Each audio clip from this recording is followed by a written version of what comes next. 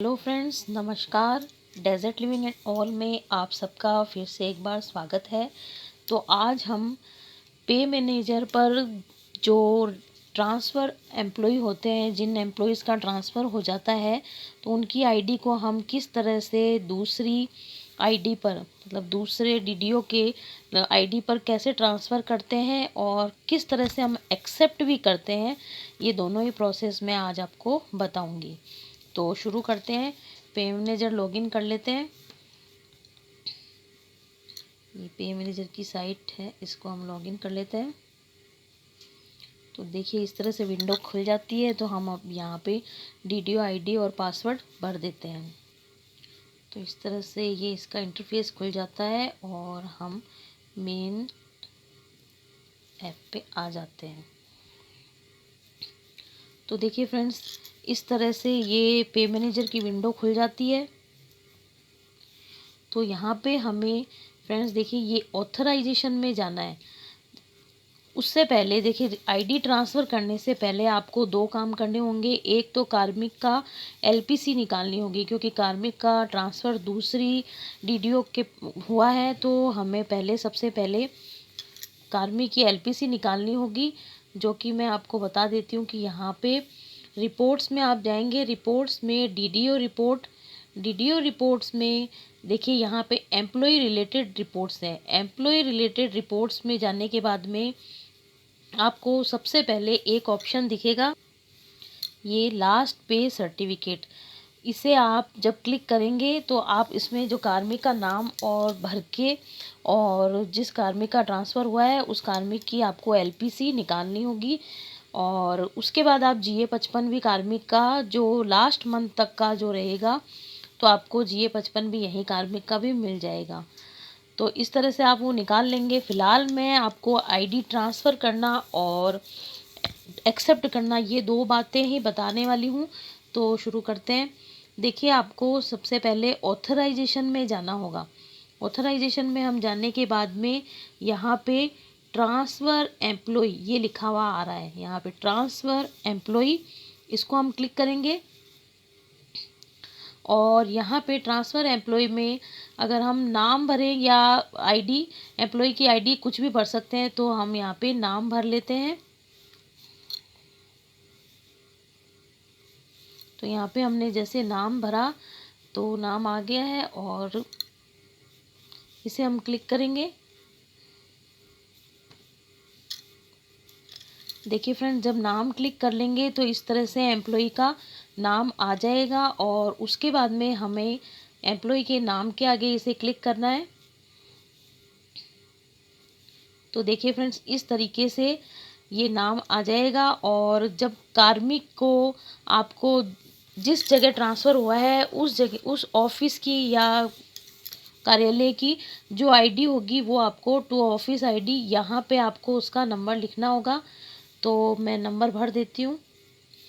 तो तो फ्रेंड्स, मैं आपको एक बात यहाँ पे बता देती हूँ कि देखिए जब आप आईडी भरें तो इसे पहले सर्च बटन को क्लिक करें। सर्च बटन को क्लिक करने से आपको वेरिफिकेशन हो जाएगा कि कार्मिक का सही जगह स्थानांतरण, मतलब जो स्थानांतरण हुई है जगह, वहीं पर ही हम आईडी, वही आईडी हम भर रहे हैं और उसी जगह हम कार्मिक की आईडी ट्रांसफ़र कर रहे हैं। अन्यथा कई बार ये होता है कि जब हम डीडीओ आईडी लगाते हैं, कई बार वो गलत हो जाती है और कार्मिक का जो आईडी दूसरी जगह भी कई बार पहुंच जाती है, जहां स्थानांतरण हुआ है वहां नहीं पहुंचती। अभी हमारे कार्यालय में हाल ही में किसी अलवर के तहसीलदार की, जो एसडीएम होते हैं, सॉरी एसडीएम की आईडी आई हुई है। तो देखिए आप इसे इस तरह से सर्च कर सकते हैं। इस तरह से आपने सर्च किया और आपको जो ट्रांसफ़र हुआ है उसका ऑर्डर नंबर यहाँ लगाना है और ट्रांसफ़र डेट, जिस तारीख को ट्रांसफ़र हुआ है वो डेट लगाएंगे। तो उसके बाद में आप इसे यहाँ पे अपडेट कर देंगे। देखिए यहाँ ऑर्डर नंबर लगाना है और यहाँ पे आपको ट्रांसफ़र की डेट, अगर आज की तारीख में ट्रांसफ़र हुआ है, जैसे आज 10 जुलाई है, तो आप यहाँ 10 जुलाई भर देंगे और यहाँ पे फिर इसे अपडेट कर देंगे। क्योंकि ये कार्मिक ट्रांसफ़र हो चुका है और ये मैंने कार्य पहले से कर लिया है, तो मैं सिर्फ आपको समझाने के लिए मैं ये आपको बता रही हूँ। तो इसीलिए ये प्रोसेस आप कर लेंगे, उसके बाद में कार्मिक की आईडी दूसरे कार्यालय में चली जाएगी। तो अब मैं आपको कार्मिक की आईडी जब दूसरे कार्यालय में जब आईडी पहुंच जाती है, जैसे अगर हमारे पास में ट्रांसफ़र होकर कोई कार्मिक आया है, जब उसकी आईडी आ जाएगी, उसे हम कैसे एक्सेप्ट करेंगे वो भी मैं आपको बताती हूँ। तो फ्रेंड्स देखिए, जब आपके पास में आईडी जब कार्मिक ट्रांसफ़र होकर के आ जाता है, तो उसकी आईडी जब ट्रांसफ़र होकर आपकी डीडीओ पर आ जाती है, तो आपको किस तरह से एक्सेप्ट करनी है उसके लिए भी हमें ऑथराइजेशन में जाना होगा। और आप यहाँ पर देखेंगे एक्सेप्ट ट्रांसफर्ड एम्प्लॉय, इसमें जब जाने पर देखिए इस तरह से कार्मिक का नाम और उनकी आईडी आ जाएगी। तो यहाँ पे जो ये एक्सेप्ट का बटन है, इसे आप क्लिक कर देंगे तो आप उसे एक्सेप्ट कर लेंगे और कार्मिक आपके कार्यालय में या स्कूल में एक्सेप्ट हो जाएगा और उनकी आईडी आपके यहाँ पे ट्रांसफ़र हो जाएगी। तो इस तरह से, लेकिन ये गलत आई हुई है जो मैंने आपको पहले बताई थी, उसको मैं पहले ही एक्सेप्ट कर चुकी हूँ और ये हमारे यहाँ गलती से कोई अधिकारी की आईडी ट्रांसफ़र हो चुकी है, जिसे हमने इसे अब एक्सेप्ट नहीं किया है। तो फ्रेंड्स, आज मैंने आपको ट्रांसफ़र्ड कार्मिक की आईडी को किस तरह से हम दूसरे कार्यालय में ट्रांसफ़र कर सकते हैं और किस तरह से हम अपने कार्यालय या स्कूल में ट्रांसफ़र्ड एम्प्लॉय की आईडी को कैसे एक्सेप्ट कर सकते हैं, ये बताया है। तो आपको आज की जानकारी अगर अच्छी लगी हो तो आप मेरे वीडियो को लाइक कर दीजिएगा, और बहुत ज़्यादा अच्छी लगी हो तो शेयर भी कर सकते हैं।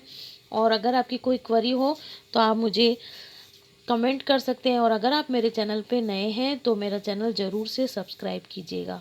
थैंक यू फ्रेंड्स, बाय, जय हिंद, जय भारत।